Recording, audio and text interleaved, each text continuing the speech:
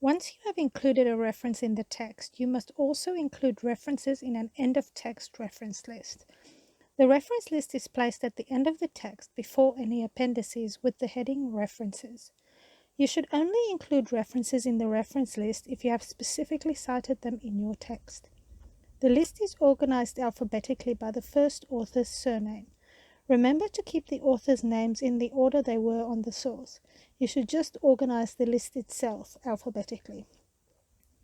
Here is an example of a reference list in the APA 7th style.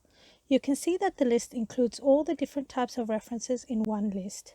The list is organized alphabetically by the first author's surname. Here is the same reference list in the APA 6th style. You can see that the individual references are formatted differently according to the requirements of the APA 6th style, but the list itself is formatted in the same way as the APA 7th style.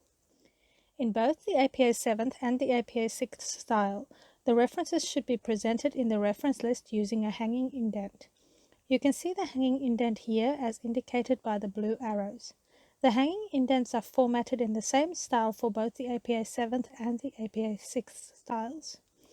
Lastly, a quick note about the number of authors to include in a reference. When sources have a large amount of authors, the APA style allows for the recognition of the last author's work, because the last author can often be the senior author or head researcher of the research team. For APA 7th style, you should include the first 19 authors, followed by an ellipsis and then the last author. For APA 6th style, you should include the first 6 authors, followed by an ellipsis and then the last author.